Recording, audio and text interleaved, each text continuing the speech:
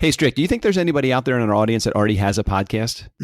Could be. I think we definitely need to hear from those people. 99% of podcasters don't make any money from their podcast, let alone make, a lifestyle out of their podcast. And that's something we've been able to do actually with our podcast, The Nice Guys on Business. We have made a six-figure income out of our podcast. You can learn how to. Go to turnkeypodcast.com/gift.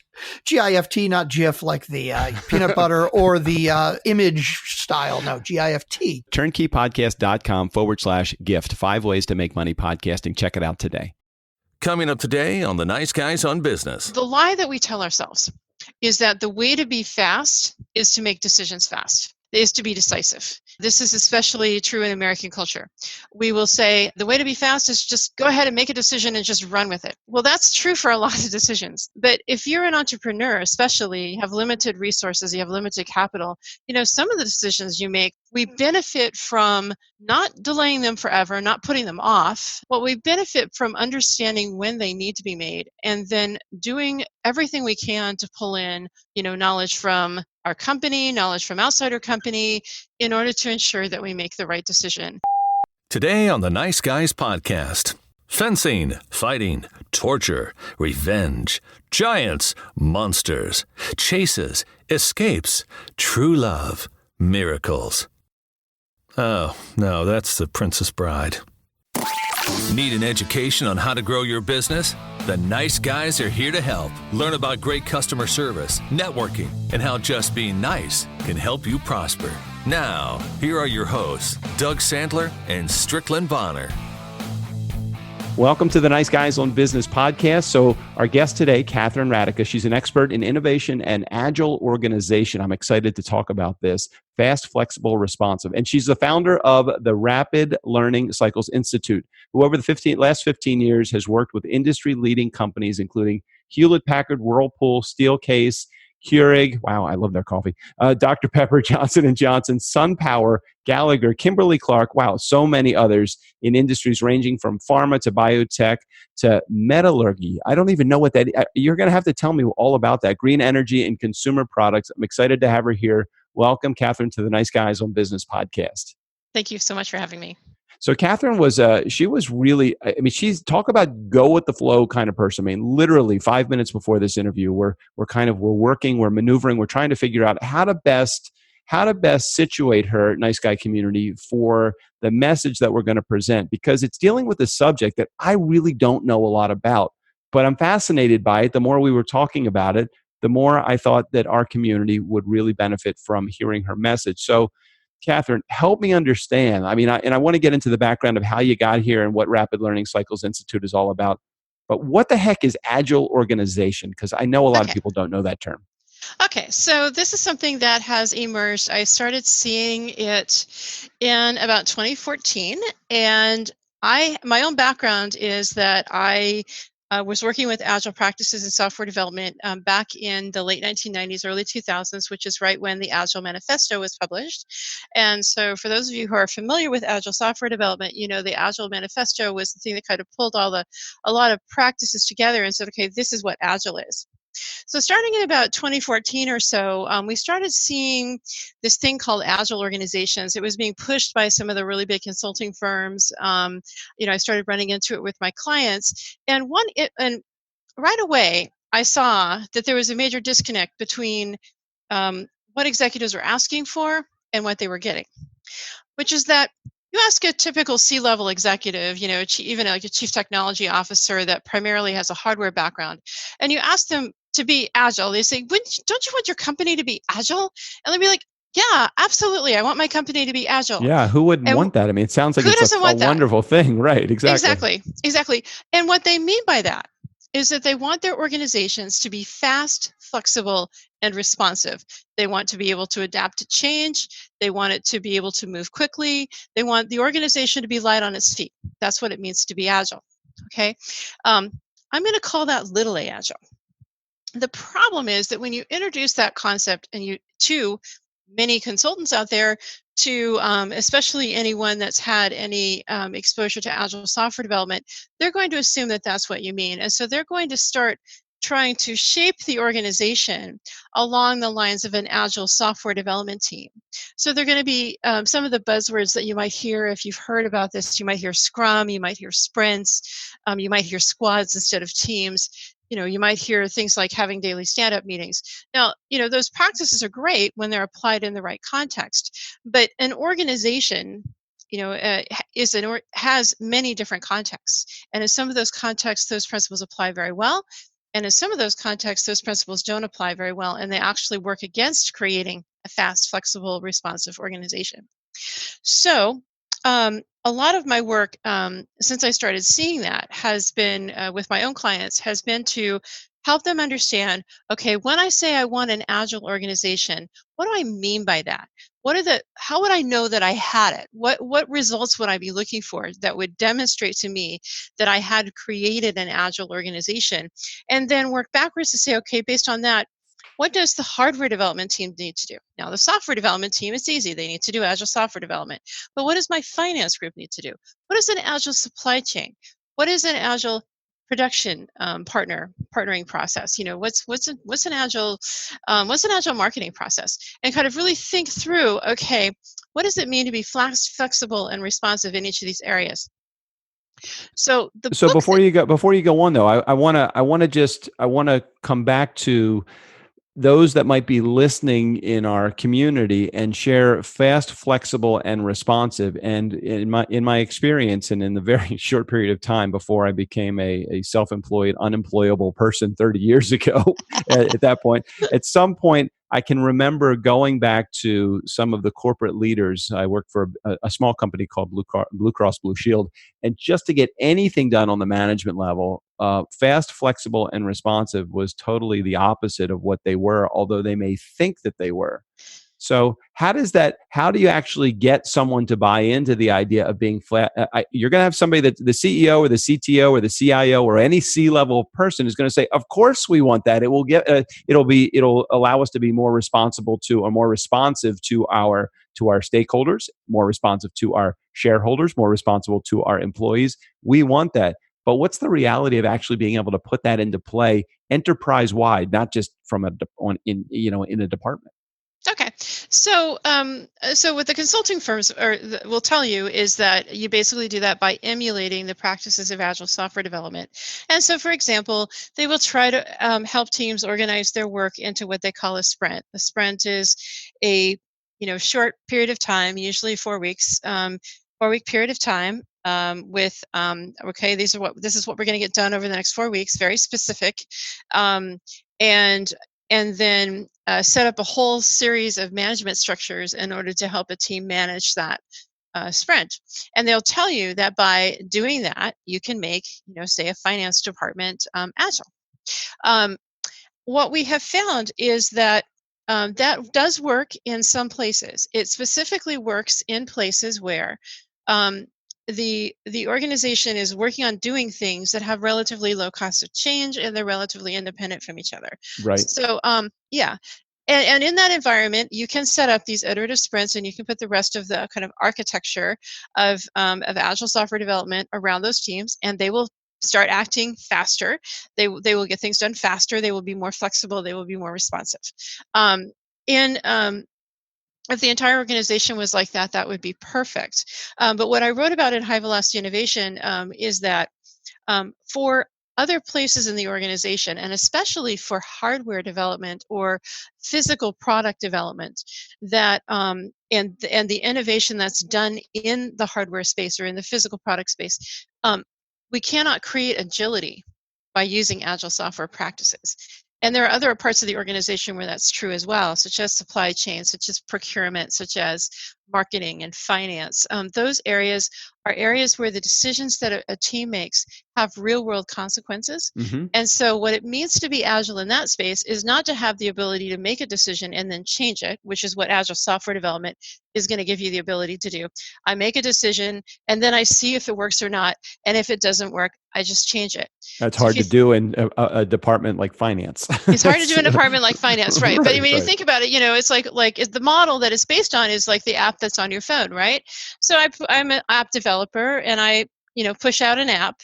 and you download it onto your phone, and it's got some bugs, but that's okay because a couple weeks later, I'm going to push out an update that's going to fix some of those Right. bugs, Right. right?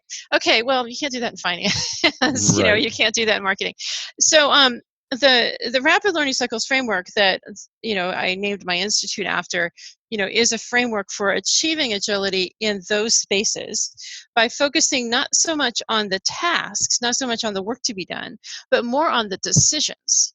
Because what it takes to create agility in a space where you have to make decisions and those decisions have to stick is to create agility around your ability to build the knowledge you need to make good decisions. All right. So do me a quick favor though, because I Mhm. really want to make sure I'm connecting my community to the message that you're providing. And I don't want to lose anyone that says, well, this is going to work out really well if you're in the C level, or if you're, if you're a manager or owner of a very large organization. But how would understanding this benefit someone that might have a much smaller business, somebody that's doing, under $5 million a year in business? Is Okay. this a philosophy, or is agile organization something, even if there's only a handful of employees, that Yes. could work?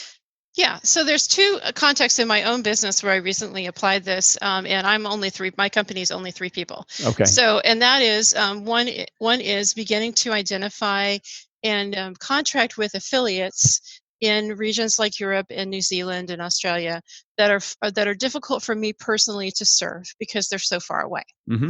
And so there's some pretty major decisions there. Once I've made commitment to an affiliate in a region, I have to honor my commitment to that affiliate. So the commitments are difficult to change. But the knowledge that I need to help me understand how to select a good affiliate, how to train and develop them, how to support them in the field, those kinds of things are things that I'm constantly learning. Yeah. And I'm as I go, I'm learning all the time about that. And so, how we apply this in this small scale situation is to say, okay, what are the decisions that I'm going to make in this space that are the decisions I'm going to be living with for a very long time? And then when do I need to make those decisions? What especially is the last responsible moment to make that decision, which is the last point in time when I can make that decision without causing myself or others pain Hmm. or delaying the decision. And then saying, okay, what do I need to learn to make that decision to make that decision work for me? Okay, then that is that's the area around which we're wrapping up things like, okay, in the next 2 weeks, I'm going to try to learn, these 5 things that's going to help me make this decision. I'm going to do these specific learning activities to help me identify and build the knowledge I need to make this decision really solid. And so basically what we're doing is we're shaping very fast learning cycles around the things that we need to learn in order to make these better decisions, when a decision has to stick. So And so that's one context. Another more personal context is that we have an elderly parent that is in need of care, and we've been using this process to manage his care. And again, the same thing. Once we have moved him to a place, moving him to a different place is going to be very hard. And so, really thinking about, and this is, we know nothing about this, as we're complete beginners in this space. mhm. What do we need to know? How can we talk to how can we pull in knowledge from other places to help us make really good decisions? So what's interesting about it, and I'm trying to apply this to a community that might be considerably smaller than a large organization, and maybe that last example that you gave me really did put it a little bit more in context. Even if you own a small durable medical equipment organization and you want to be able to change care rapidly, but knowing that you still have to create some level of long-term care for a particular patient. Hmm. So maybe I've just answered my own question, but I want you to put it in your words because you're the expert here. Okay. How does it benefit an organization just knowing that and being able to move in that direction? What is ultimately the benefit of having an organization that would be considered an agile organization? Okay. So the benefit is understanding what decisions must be right. Really thinking through and saying, okay, for this, decision, I want to create, long-term care plans for my clients. All right. What of those plans is really difficult to change? And one of those plans is relatively easy to change, right? So it's difficult to change. Once a person has been moved to, a given residential care facility, it's difficult to move them to a different one. So that's what I call a key decision. That's a decision that has to be right. And that's the decision where we really want to take the time to understand what we need, understand how long we have to make this decision, and then use the time we have to make the best possible decision. That's how we achieve agility in that space, because once we've made the decision, we can't just change it. All right. And then also recognizing that other decisions are not like that. Other decisions do have more kind of built-in flexibility around those. So those we can play with a little more. Those we can do things, for example, like try something and see if it works or not, if it's a relatively easy thing to change. But I think a lot of times we don't actually take the time to really think through what is the flow of decisions that I need to make in order to get this particular thing done, and what are the consequences of those decisions, and then apply the amount of effort to build knowledge in advance of those decisions that is necessary for the type of decision it is. So tell me a little bit about the process by which an organization actually begins to understand where they can be more flexible, more faster, and more responsive. Where would that fall within an organization as they begin to really understand a little bit more about this? Okay, so what I would be looking for are areas where either decision making has been difficult in the past, where there have been a lot of revisited decisions, and where those revisited decisions has created a lot of organizational pain, which could be felt as costs that were higher than they should be, or people that were feeling frustrated because their decisions were being revisited, or schedules being delayed longer than they needed to be. Disappointing results, right? So I would look for in areas like that. And then I would look for evidence that these decisions were being revisited because they, when they were perhaps made a little bit too soon, and they were made without the knowledge that was needed to be successful. Because the lie that we tell ourselves is that the way to be fast is to make decisions fast, is to be decisive. This is especially true in American culture. We will say, the way to be fast is just go ahead and make a decision and just run with it. Okay, well, that's true for a lot of decisions. That's true for the easy to change decisions. But if you're an entrepreneur, especially, you have limited resources, you have limited capital, some of the decisions you make are, bet the company decisions, right? And those are the decisions that we benefit from not delaying them forever, not putting them off, not procrastinating on them. What we benefit from understanding when they need to be made, and then doing everything we can to pull in, knowledge from our company, knowledge from outside our company, in order to ensure that we make the right decision. And doing that the way that and the fast, flexible, responsive part comes from kind of doing this learning in a series of fast learning cycles, just a couple weeks, so that we're not also getting stuck in over analyzing or overthinking, right? The way to kind of balance the idea that we need to build knowledge to make decisions with the idea that we don't want to get stuck with overanalysis is to give ourselves a pretty short timeline for doing that learning. And in your opinion, what are some of the symptoms that an organization is going through when they should start to examine, we're really primed for this agile organization standard? Okay. I think what I would be looking at to see if this is something that would be of benefit to you is, in general, if you ask yourself how long things take, does it seem like they take the right amount of time, or does it seem like you're slow? You compare yourself to your peers. If you think about, okay, we have an idea for a new product. How long does it take you to get that new product out versus your peers? All right. And if it takes you a long time to do something, if it takes you a longer time to build a plant, if it takes you a longer time to say open up a new region a new sales region, then that's an indication to me that you would probably benefit a little bit from thinking a little bit, from thinking about being faster, flexible, more responsive by taking the time to understand the decisions that go into that, and then ensuring that those decisions get made correctly. Because the paradox in all of this is that we believe we'll be fast if we are decisive and we make decisions quickly. But what I know is that if a person's forced to make decisions about things that they don't know, um, and they're forced to guess, then those guesses are almost always going to be wrong.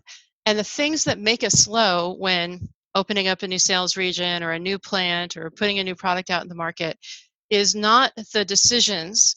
It is the aftermath of the decisions that were made that then have to be revisited Right. and reworked. I mean, that's the source of it. So if we can eliminate that stuff by taking a little bit longer, not too much longer, but a little bit longer to make decisions, really understanding when decisions need to be made and making them at the right time, then we're going to be much better, much faster, much flexible, much more responsive. It definitely sounds like there are a number of opportunities, especially in startups and entrepreneurial world, in organizations that have a leadership that is a little bit forward thinking. It seems like the conservative thinking organizations are ones that feel like, yes, it would be good, but maybe the little bit more challenging to implement. By definition, it would seem like agile organization would be within an entire organization, would be enterprise wide, and yet it's got to start somewhere. So where would it? And maybe I'm wrong with the definition, but where would it normally start? Okay, so this is the challenge: is that normally the first time an organization encounters agile is going to be in their software development organization. So if most of the software development organizations, you know, are either using agile software development practices or they have explicitly decided not to at this point. And so most people encounter the concepts of agile, in the agile software space. And then they assume that those same principles can apply across the board. But instead, again, we really want to find those areas where it seems like the reason why you're not fast enough is because you're revisiting decisions over and over again. Right. Because chances are your biggest opportunities to create agility are going to be by rethinking how and when you make those decisions and what knowledge you're using to make those decisions, so that when you make those decisions, you don't have to revisit them again. We preserve flexibility by making those decisions as late as possible. We become more responsive by making those decisions with the best available knowledge.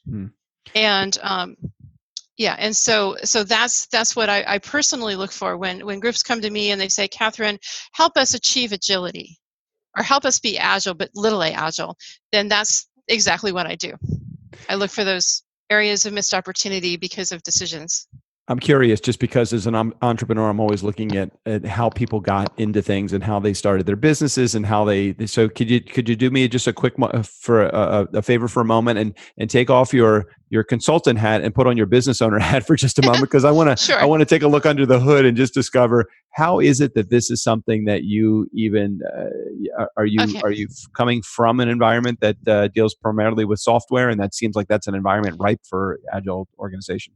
Yeah, so my own background is that I was a software development manager for Hewlett-Packard, and I developed an agile method for running programs that I ended up training other teams at Hewlett-Packard to do. And I became what they call a product generation consultant. And then I did that for a while, and then I eventually left HP to begin doing this with other companies. And I was kind of frustrated, actually, because I wasn't getting the results that I wanted to see. And then in about 2010, 4 different companies approached me simultaneously with problems that were very similar. And they all had to do with, how can we make the front end of product development faster, flexible, more responsive? Mm-hmm. How can we make it agile, right? And those 4 companies were Whirlpool and Steelcase in the United States, and Novozymes and Novo Nordisk in Denmark. And so I was flying back and forth between Western Michigan and Copenhagen, and sometimes not coming home first. And I was and the ideas were kind of swirling around. And what emerged from all that swirling was the Rapid Learning Cycles framework. And I knew that I was onto something when a woman named Lone Bausgaard, who works at Novozymes in Denmark, told me in January one year that she had had the best Christmas holiday she'd ever had because she had been able to sleep at night, because she knew that her teams understood what decisions were coming up in the spring, and she knew that her teams were working to build the right knowledge to make those decisions so that they would stick. And in the past, this has been something that she would worry about. Are we making the right decisions? Are we making them with the right people? Are we making them with the right I know that we're going to end up revisiting these decisions later, and that's going to create a lot of turmoil. And so the rapid learning cycles framework is the that I wrote about in my second book, is the kind of crystallization of all of that. Really interesting. I mean, it is Yeah. fascinating how people start to get involved with projects. Or did you have any idea when you began this project that there was going to be such a huge outcry for help and organizations wanting to use this technology or this process that you put together?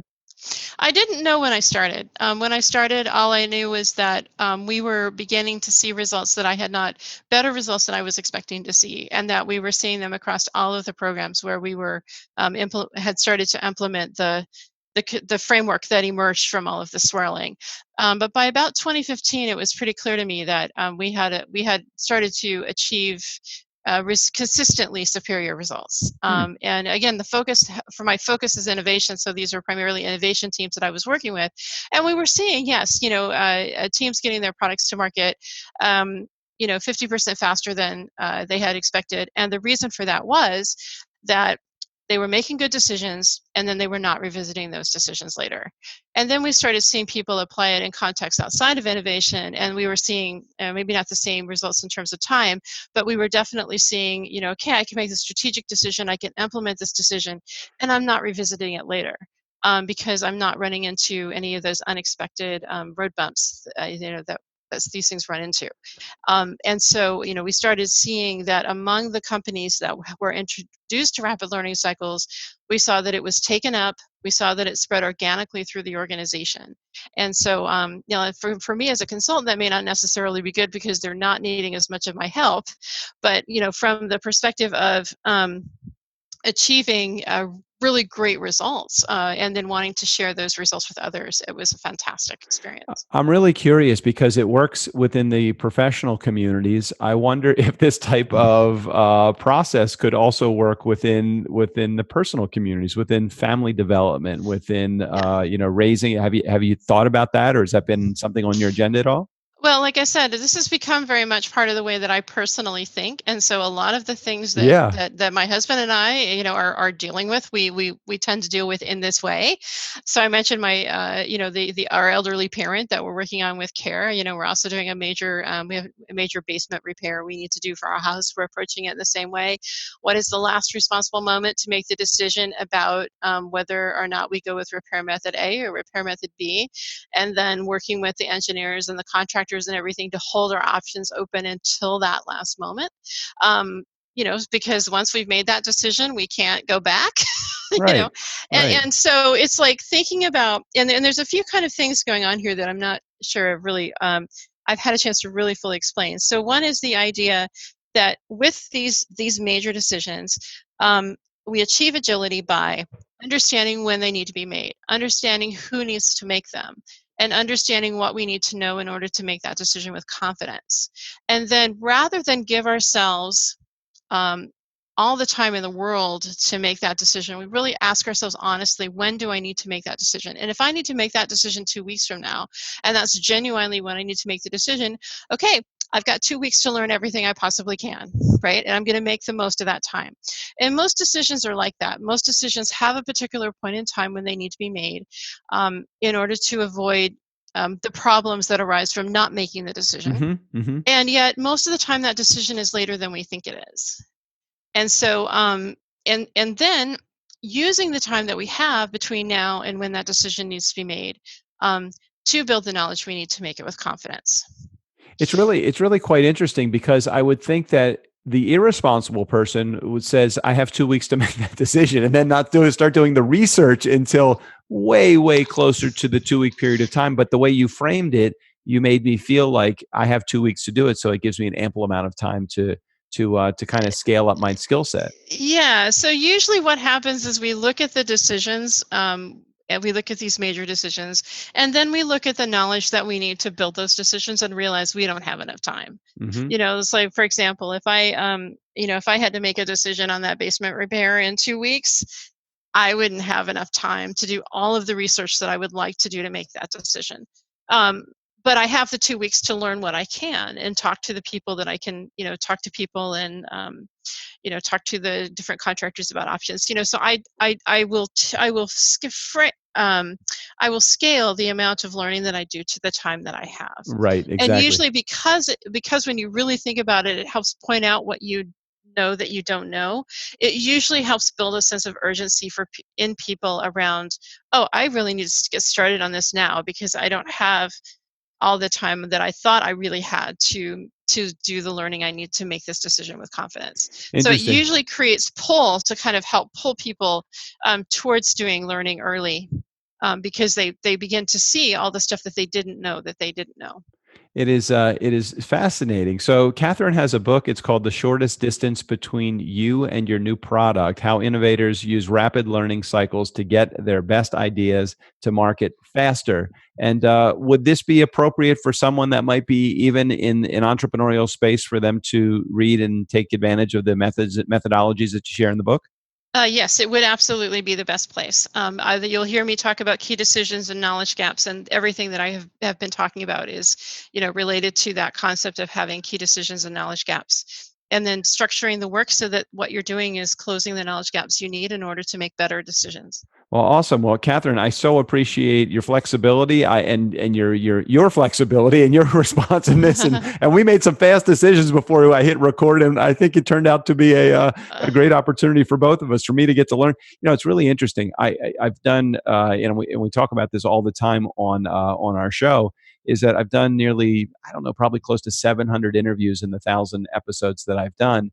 And every step of the way, I always think I just got an hour of free coaching. This is the best thing. This is the best thing ever. So I appreciate you sharing your message, but thanks for the coaching call. This was great. Yes. So, all right. I appreciate that. My pleasure. So Catherine, thanks for sharing. And Nice Guy community, make sure you check out the link in the show notes. It'll have access to Catherine's book. Catherine, again, thank you for sharing your message and your inspiration on the Nice Guys today. All right. I appreciate that. Thank you. Nice Guy community, never underestimate the power of nice. Again, special thanks to Catherine. All of her information, including access to her website and her company, the Rapid Learning Cycles Institute, will be right there in the show notes. Steve O'Brien, go ahead and take us out of here. For the Nice Guys on Business, I'm Steve O'Brien.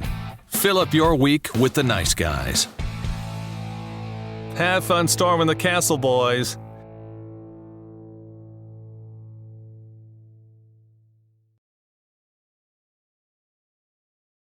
Yeah, I don't mean to pry, but the Nice Guys don't by chance happen to have 6 fingers on their right hand, do they?